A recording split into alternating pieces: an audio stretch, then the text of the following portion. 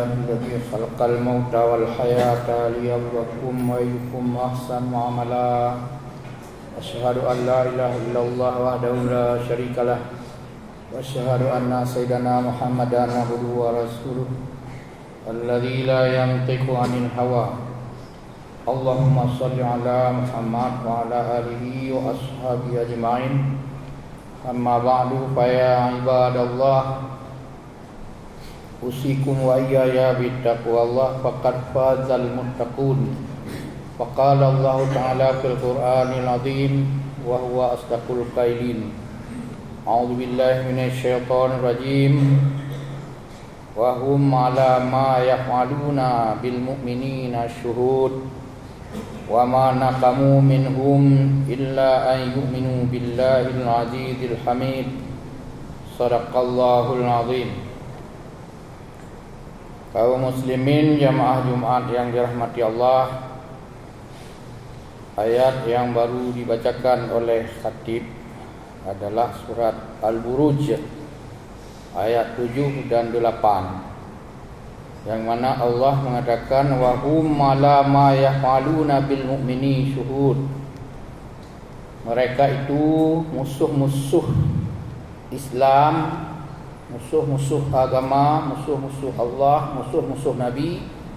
Ala ma yaf'aluna, atas apa atau terhadap apa yang dilakukan oleh orang mukmin. Syuhud, syuhud itu menyaksikan, mendeteksi, membuat intel-intelan untuk mencari-cari tahu, mencari-cari salah. Apa yang dilakukan oleh orang mukmin, mereka itu mendeteksinya, mempersoalkannya, menghitung-hitungnya, membahasnya, mengkajinya dan seterusnya lah. Ini arti syuhud. Syuhud artinya saksi, melihat dengan cara dekat, jarak jauh, langsung atau tidak langsung. Wa ma naqamu minhum illa an yu'minu billahil azizil hamid. Wa ma naqamu, dan mereka itu tidak akan menyakiti minhum, orang-orang mukmin itu, illa ay yu'minu billahil azizil hamid, kecuali mereka itu karena beriman, yu'minuna, mereka beriman billahil azizil hamid. Itu saja sebabnya mereka menyakiti, menyiksa, memfitnah, menghina, membuat stigma. Stigma itu adalah bentuk-bentuk keburukan. Umat Islam radikal, umat Islam ini anti NKRI, umat Islam anti Pancasila, umat Islam adalah intoleran, umat Islam bodoh, umat Islam kotor, umat Islam macam-macam. Itulah mereka itu mencari-cari begitu. Wa ma naqamu minhum illa ayyaminu billah. Mereka tidak akan apa-apa sebenarnya kecuali karena mereka itu beriman kepada billahil azizil hamid, pada Tuhan yang maha agung, yang maha terpuji. Itu surat Buruj ayat 7 dengan 8. Satu ayat berselang kemudian daripada itu Allah mengatakan innal ladzina fatanul mu'minin. Ayat ke-10, innal ladzina fatanul mu'minin. Ada orang mengartikan fatanu itu membunuh. Innal ladzina fatanul mu'minin, yang menyakiti umat Islam. Sesungguhnya orang yang membunuh umat Islam, bukan umat Islam di sini, mukmin. Allah pada ayat pertama mengatakan yu'minun. Ayat awal tadi adalah bil mu'minin. Yang kedua yu'minun. Ini juga keluar lagi innal ladzina fatanul mu'minin, bukan Islam. Nah, Allah menyeru kita ya ayyuhalladzina amanu, amanu, amanu, beratus-ratus kali amanu, beriman, beriman. Bukan orang muslim. Karena orang muslim hari ini, orang mukmin mungkin di negeri ini kalah dengan orang muslim. Orang mukmin itu maka disiksa, dihina, dicaci maki oleh orang Islam yang munafik, diolok-olok oleh orang Islam yang sekuler, dihina oleh orang Islam yang liberal, dihina oleh orang Islam, orang Muslim di KTP-nya yang mereka pro-ateis, walaupun disebut mereka organisasi Islam, organisasi Islam besar, tapi mereka mengolok-olok ulama, mencaci maki ulama, tidak pro ulama, lebih pro orang zalim, lebih pro penjahat, lebih pro kepada pembunuh. Itu orang Muslim. Jadi ini jelas di sini Allah memisahkan. Jadi di sini di negeri ini orang mukmin, orang itu mengklaim sudah syuhud, jadi sudah menyaksikan sangat sedikit. Makanya seenak-enak perut mereka mencari-cari kesalahan.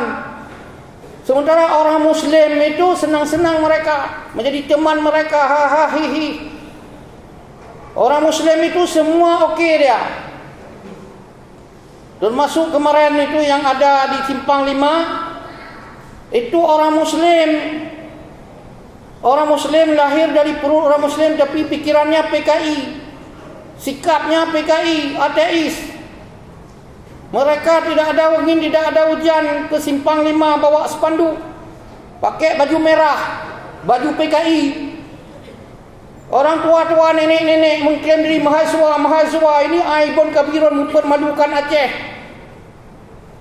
Mungkin lahir di Aceh, bisa bahasa Aceh, tapi itu anak PKI. Gaya PKI adalah memporak-porandakan persatuan. Orang Aceh dari nyaman-nyaman, aman-aman sendiri, tidak ada angin, tidak ada hujan, mereka sendiri membuat masalah di Simpang 5. Patutnya perlu diusut itu oleh orang Aceh. Cari mereka siapa ayahnya, siapa mamanya. Jangan-jangan benar PKI yang tersisa itu tidak dihabiskan pada masa G30S dan 5. Ini tidak ada DNA orang Aceh seperti itu, tidak ada darah orang Aceh seperti itu menghina ulama. Malah di bumi Aceh ini, di perut bumi Aceh ini lahir ulama-ulama hebat. Datang anak haram itu, coba periksa siapa mereka. Ini disebut ciri-ciri orang Muslim. Bukan Muslim, bukan mukmin. Ini mukmin dalam ayat-ayat ini dihina orang. Malah sebahagia orang munafik itu yang menghinanya orang Islam juga. Mereka mungkin dapat 100.000 yang kemarin mengaku-ngaku gitu, tapi yang lainnya tidak tahu berapa dapat. Jadi kesimpulannya yang di Simpang 5 itu anak PKI untuk mecah belahkan orang Aceh, supaya ada tandingannya yang akan bela ulama besok. Mereka mencaci ulama, mencaci maki ulama. Tidak ada dalam jiwa orang Aceh mencaci maki ulama, itu PKI tulen. Inilah kaum muslimin yang berbahagia. Innal ladzina fatanul mu'minina, yang membunuh umat Islam, orang mukmin, yang menghina orang mukmin, yang menghina ulama, yang mencari kesalahan-kesalahan ulama, yang mengkriminalisasi ulama, wal mukminat summa lam yatubu, mereka tidak bertobat. Rupanya di sini masih diberi kesempatan taubat. Mungkin ini fatanu ini menyakiti saja, menyiksa saja, belum membunuh. Kemudian Allah mengatakan summa la yatubu, kemudian mereka tidak taubat. Falahum azabu jahannama, maka bagi mereka ini azab jahannam. Jahannam itu neraka yang paling ditakuti oleh penjahat-penjahat. Kira-kira batu raksasa dilempar dari atas neraka jahannam ini, untuk sampai ke dasarnya itu yang menyala-nyala apinya 500 tahun digambarkan. 500 tahun baru sampai ke keraknya itu, ke dasar bawah. Bayangkan kalau yang menghina umat Islam, yang mencaci umat Islam, yang membantai umat Islam, yang bunuh umat Islam, bagaimana dilempar dari atas ke bawah. Batu yang begitu berat, dahsyat beratnya itu, 500 tahun baru sampai ke kerak bawah. Bagaimana azabnya. Kalau orang layang-layang dalam api neraka itu, bayangkan berapa jauhnya. Mungkin 1000 tahun baru sampai. Ini azab jahannam, walahum azabul hariq, dan mereka juga mendapat azab yang hariq. Hariq itu kebakar, haraka membakar. Bagaimana saya tidak bisa menggambarkan, yang penting kita gambarkan, sangat mengerikan lah. Begitu. Ini ayat ke-10 Al-Buruj tadi. Jadi yang pertama tadi, orang mukmin itu yang dilakukan oleh mukmin, mereka syuhud, mendeteksi, mencari-cari salah, menjebak-jebak lewat medsos, dibuat undang-undang yang untuk menjebak, tangkap, brogol, koruptor-koruptor agung yang ber-NN, pengkhianat bangsa, itu tidak dibrogol. Ini dia. Inilah golongannya yang dimasukkan dari yang mendapatkan tempat di neraka. Pembela-pembelanya ikut, pembelanya pun dukungnya, mata-matanya itu sama. Kaum muslimin yang berbahagia, ayat berikutnya juga berturut-turut ayat dalam Quran dibedakan orang mukmin dengan orang non mukmin itu. Orang Islam lahirnya mungkin anak kita termasuk sana muslim, tapi Allah memisahkan ini. Dan negeri ini mungkin sudah mendeteksi, anak-anak komunis itu sudah mendeteksi orang mukmin ini. Menurut ayat ini dideteksi terus, tidak ada kapasitas, tidak ada kemampuan. Makanya yang tampil-tampil itu dari orang muslim penjilat-penjilat besar, lidah panjang-panjang, menjadi pejabat-pejabat mereka itu. Pada saat di Sigi 4 orang non-muslim terbunuh, katakanlah dibantai, ribut pejabat-pejabat yang dari orang Islam itu tadi, si munafik-munafik itu tadi. Pada saat 6 orang dibantai secara biadab, umat Islam di Amerika goyang di sana. Tokoh-tokoh Islam di Amerika langsung telefon Joe Biden, periksa di Aceh itu, periksa di Indonesia itu. Tokoh-tokoh kita yang duduk dulu di pemerintahan, penjilat-penjilat itu diam. Inilah kondisi kita. Itulah orang muslim, sudah menjadi munafikun. Kaum muslimin yang berbahagia, ayat berikutnya Allah mengatakan wa may yaqtul mu'minan. Ini mukminan lagi, tidak disebut musliman. Saya cari-cari ayat musliman, dah ada. Makanya saya sebutkan tadi, musliman ini adalah si munafikun, dia KTP muslim. Kemudian si liberal, si ateis, yang pro kepada komunis, yang pro kepada kapitalis, yang pro kepada penjajah, yang koruptor raksasa itu termasuk ke sana. Mereka bercokol umumnya di lembaga-lembaga pemerintahan, karena di sana banyak pekerjaan yang boleh dilakukan untuk merongrong bangsa ini, untuk menghancurkan bangsa ini di dalam. Harus bergaya dengan gaya komunis, harus bergaya seperti gaya perampok. Juga yang di DPR, di DPR itu sudah bergabung orang-orang komunis dengan orang-orang muslim tadi yang kita pilih kemarin. Mereka masih menggantung melihat kondisi. Undang-undang HIP itu, haluan ideologi Pancasila, siap diganti dengan Ekasila. Sudah demonstrasi berpuluh kali minta untuk dihapus, masih dihidupkan. Dan mungkin itu dialih isu dengan isu-isu lain. Juga koruptor dari menteri 2 orang itu ditutup hari ini. Hampir tidak ada di berita lagi, ditutup dengan kasus-kasus lain yang remeh-temeh. Inilah kerja-kerja. Kita kemarin pilih anggota dewan di sini, bergabung dah ke sana, diam sampai ke sana. Kenapa diam? Pertama, tidak punya kapasitas. Mungkin kita pilih mereka karena dikasih bola voli di kampung kita, dikasih bola sepak. Makanya sampai sana mereka dibola-bolakan orang. Kita pilih orang yang jadi bola. Kaum muslimin yang berbahagia, inilah kondisi kita. Kita dipertanggungjawabkan juga oleh Allah. Kita sudah memilih mereka.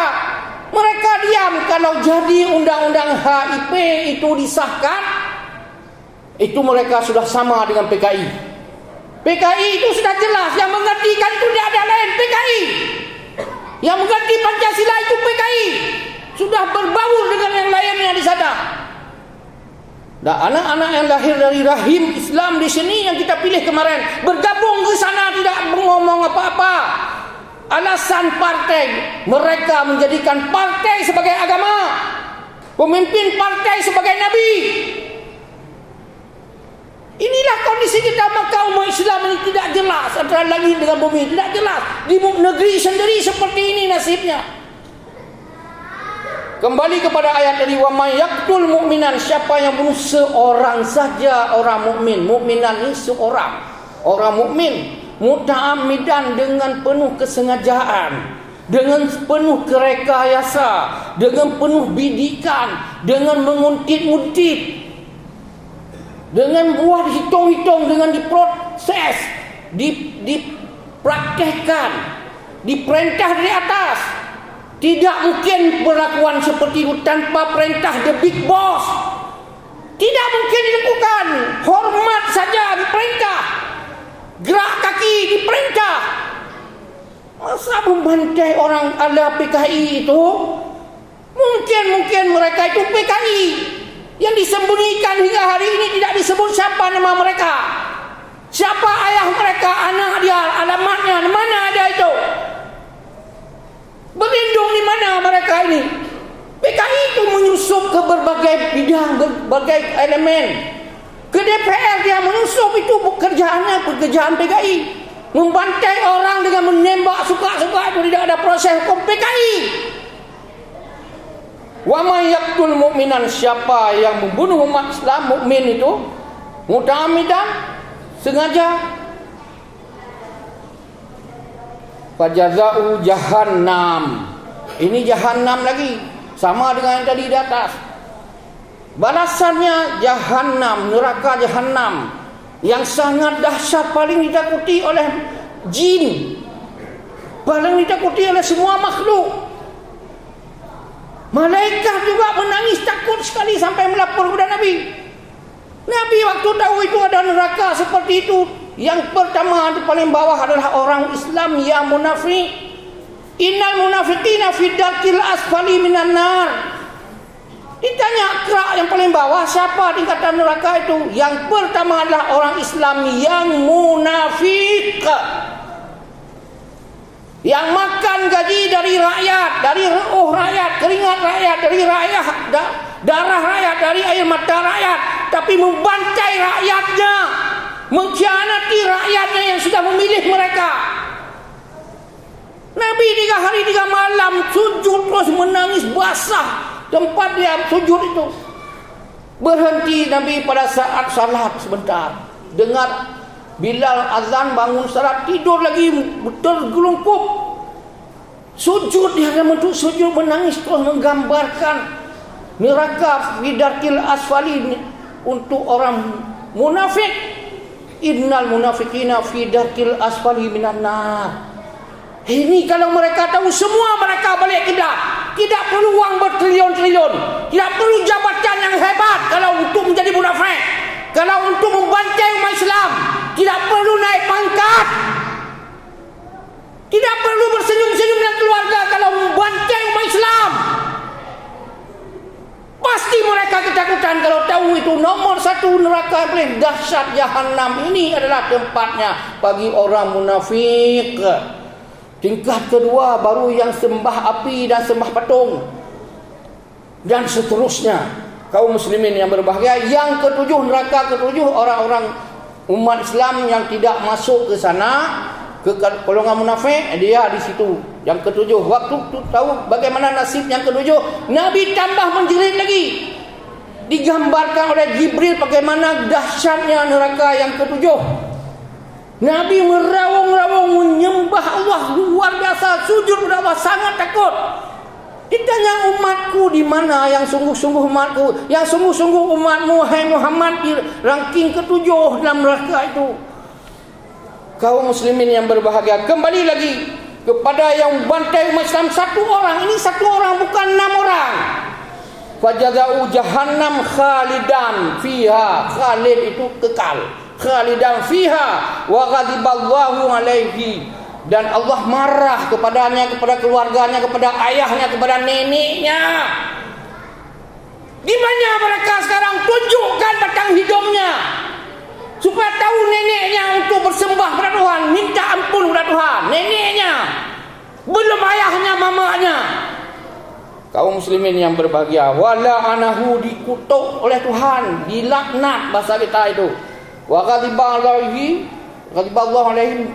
Ini hukuman pasal berlapis. Sudah masuk surga, dimarah oleh Allah terus sampai mati di dunia, kemudian dilaknat keluarganya. Wa adalahu azaban alima.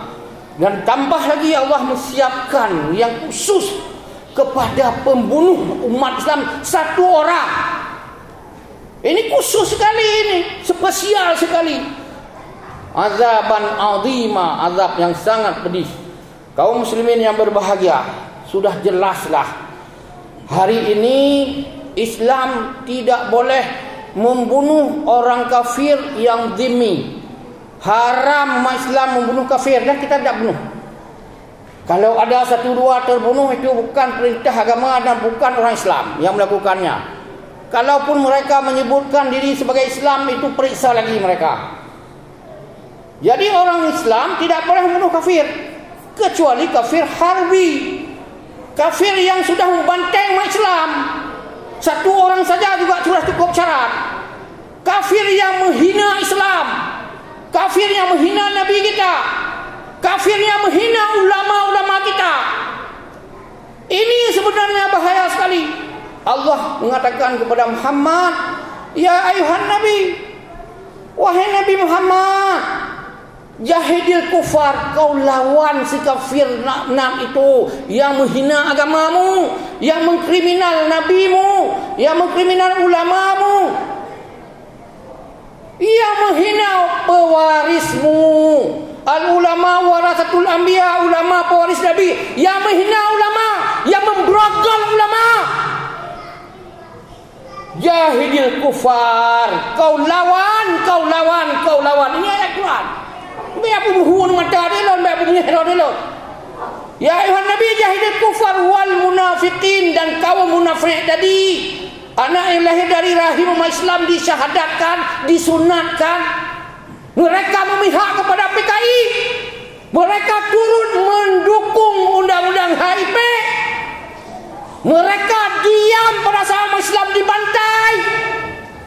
Itulah munafikun semuanya. Jahidil kufar wal munafiqin waghlud alaihim, jangan kamu merasa takut kepada mereka. Waghlud alaihim, kalahkan mereka. Allah disama yang melawan pada kejahilan ini. Wa ma'wahum, dan tempat mereka ini juga, orang kafir dan munafik, jahannama. Ini lagi jahanam, sudah 3 tempat. Orang mukmin juga di sini disebutkan jahannam. Wa bi'sal masir, dan seburuk-buruk tempat kembali. Kaum muslimin yang berbahagia, kita tahu bahawa itulah kondisi umat Islam hari ini. Maunya kita harus bisa mempertanggungjawabkan kepada Allah. Diam ini kita diminta oleh Allah. Apa kurang kamu, hai umat Islam? Apa kamu tidak punya lagi DNA para syuhada? Apakah kamu sudah beku pikiranmu? Seperti ini dihina umat Islam, apa mau seperti di Cordova kamu tinggal 0 umat Islam? Apakah umat Islam Indonesia mau seperti Filipina tinggal 5%, 8%? Apakah umat Islam Indonesia mau seperti Singapura hanya tinggal 8% atau 11% umat Islam? Apakah kamu mau seperti orang Rohingya yang dihabis-habisan di negeri mereka sendiri? Apakah kamu mau seperti di Uighur? Apakah kamu mau seperti umat Islam di Thailand? Kaum muslimin yang berbahagia, oleh karena itu waghlul lahim, dan kamu tidak boleh diam, lawan mereka. Ini ayat Quran tadi adalah At-Taubah 73. Kaum muslimin yang berbahagia, Allah mengatakan pada hari kiamat, al-yawma nakhtimu ala afwahihim, kamu dikunci mulutmu, wa tashhadu arjuluhum, dan akan berbicara mulut-mulut mereka. Tangan-tangan mereka, mulut dikunci, tangan akan berbicara. Aidihim juga, wa tashhadu arjuluhum, Wa tukallimuna aydihim, mulut ditutup, berbicara tangan, berbicara kaki dan anggota tubuh lainnya. Bima kanu yaksibun, kamu diam dicatat. Cukup kamu diam? Tidak. Oleh karena itu kaum muslimin yang berbahagia, Allah mengatakan, wala tahinu, kamu kalaupun di negerimu sendiri nasibnya tidak jelas, jangan kamu hina. Wala tahinu, hina, jangan merasa hina kamu. Wala tahzanu, kata Allah, jangan juga kamu bersedih. Wala tahzan, jangan kamu gundah. Wa antumul a'launa, walaupun kamu sudah dihitung mereka tidak ada kekuatan apa-apa, tidak ada daya. Kalau mau dimasukkan ke tahanan, siapkan saja ulama-ulamamu, dorong masuk ke penjara. Mereka sudah hitung-hitung tadi berdasarkan ayat-ayat ini. Tidak ada kekuatan umat mukmin, tidak ada apa-apa. Paling-paling doa, Allah Akbar, Allah Akbar, Allah Akbar. Itu saja. Tapi wa antumul a'launa, kata Allah, kamu tetap orang hebat. A'la, tinggi. A'la, paling tinggi kamu. In kuntum mu'minin, jika kamu betul-betul orang mukmin. Kaum muslimin yang berbahagia, mudah-mudahan kita betul gagah. Oleh karena itu jangan lagi hari ini kita main bola dari gawang ini bawa ke gawang musuh sendiri. Tidak ada main bola sendiri-sendiri. Sudah harus ada orang masukkan bola ke gol. Mereka striker namanya, tukang masukkan bola. Itu boleh jadi mereka itu yang di DPR sana, umat Islam yang di DPR. Yang over bola boleh jadi wing kanan, wing kiri. Ada backnya umat Islam back. Apabila ulamanya dihina, jangan diam. Juga ada yang menjadi kiper, penjaga gawang. Mungkin kalau penceramah-penceramah, khatib-khatib ada seperti ofisial yang ahli, yang melihat kondisi, yang menyampaikan informasi yang sesungguhnya kepada pemain. Kapan harus diserang bola, kapan harus mundur selangkah. Jadi oleh karena itu umat Islam hari ini harus sistem bermain bola. Jangan di gawang semua, jangan di back semua, jangan di tengah semua mogol-mogol. Hanya jelas permainannya. Untuk hari ini mereka itu sudah mengatur barisan. Mereka berada di tempat-tempat strategis.